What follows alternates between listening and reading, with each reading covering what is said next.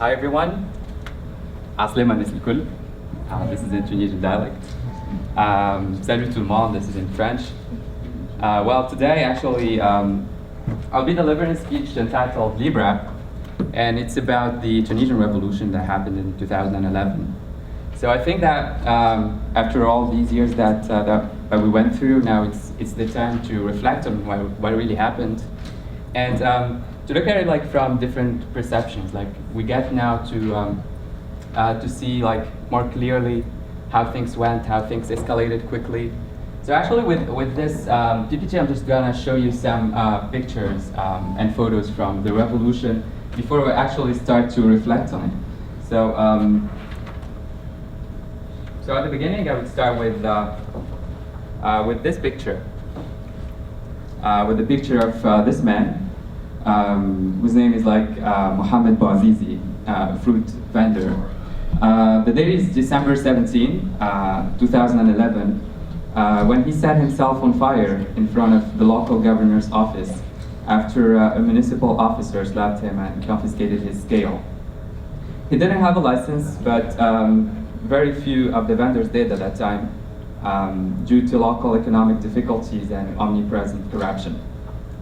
So people protested by going out in the streets and defying the system in several regions in the country. Ben Ali, as a reaction, attempted to show sympathy with Mohamed Bouazizi and visit him in the hospital. At another stage, he tried to show understanding of the goals of the revolution and promised positive official response to this social unrest.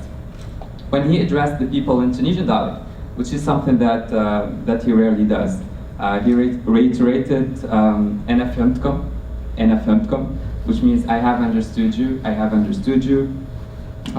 He also mentioned that what we've been through is now part of our culture. It's now part of the dynamics of the Tunisian society.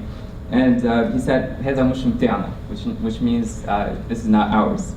So, however, which was a crucial moment in the revolution, people have shown resilience and wanted to throw away the whole system that lasted for over 23 years. They shouted, "Dégage, dégage, Ben Ali dehors," ou bien Ben Ali assassin, which all of them are slogans that demand Ben Ali's withdrawal from power and the collapse of the RCD, RCD, which is the Constitutional Democratic Rela.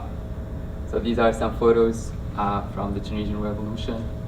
Here in photos in 14th of November, where we said like game over to the whole system. Enfin libre. So this is also a Italian photo. But now I would like to reflect upon what happened. What drives an ordinary man to burn himself to death? Is it only because of his struggle to make a living? I think that Bouazizi and many Tunisians at that time struggled to make their voice heard. The moment when he went to the municipality again to ask for his scale back and be rejected was the moment when he decided to light the match, self-immolate and ignite the revolution. In one of Richard Linklater's movies that I definitely recommend, entitled Waking Life, there's a character who is outsider to the system. He decided to set himself on fire. Before doing that, he said, just a couple of seconds before doing that, "Let my own lack of voice be heard." So, which I think fits exactly with what Mohamed Bouazizi experienced and wanted to do, whether consciously or unconsciously, is simply to be heard. So, especially when you have a context where the media you do not expect the media to stand with people or revolutions, and I think this will actually potentially never happen. So, because they are more or less acquainted with a certain stagnation and prerogatives that they tend to stick with. So as opposed to the Western terminology of the Tunisian revolution as the Jasmine Revolution, Thawrat al-Yasamin in Arabic, which connotates for me a kind of soft, exotic revolution, if this even possible, because I do think that things should not be always perceived in terms of casualties and numbers, because there are also some social, psychological damages that might happen. And I think that not being able to make your voice heard can be perceived as the worst kind of violence, to a certain extent. I think that Tunisians argue that this name would not reflect the reality and the goals of the revolution. The inclination perhaps is to name it Thawrat al-Karama, which means the revolution for dignity. That's why when people went outside, they actually raised slogans like Khobz ou Meo Ben Adile, which means bread and water and Ben Ali no. So they're practically ready to sacrifice necessity. They were practically ready to sacrifice necessity for the sake of freedom.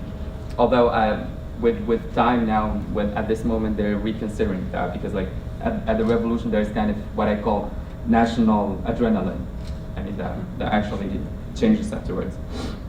So the major point of my speech today is that the Tunisian revolution can be looked upon from a different level of magnification that goes beyond stereotypes and stimulating stories, and beyond the preference for national narratives extolling the individual hero over the collective action of people collaborating to change power structures.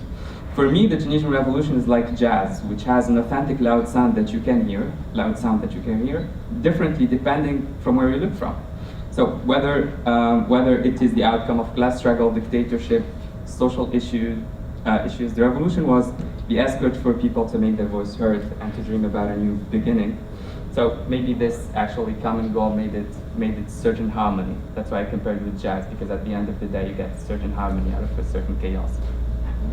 So I think that revolutions signify people's healthy reaction to not being able to make their voice heard.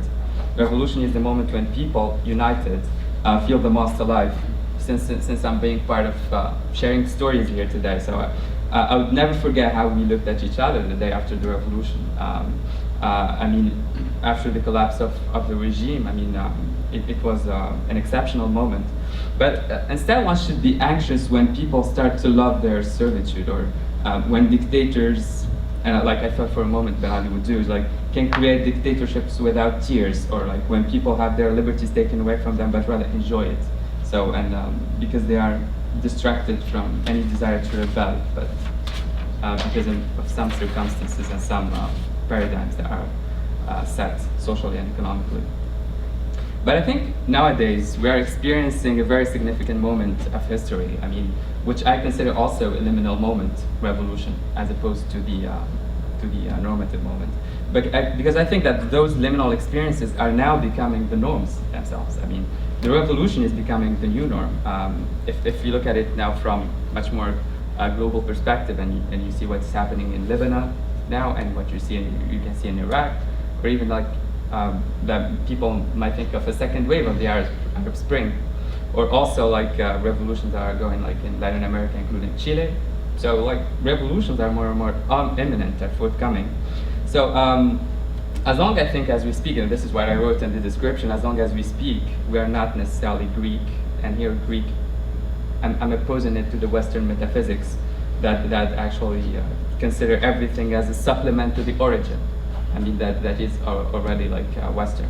So for instance, I'm gonna just take the Arab Spring example, because some people even think of it as actually something that resembles the 1848, the European Spring, after all. So even this simple terminology itself has like this, is actually westernized in order actually to be perceived as a supplement and not the origin itself. But actually, it's not necessarily Greek.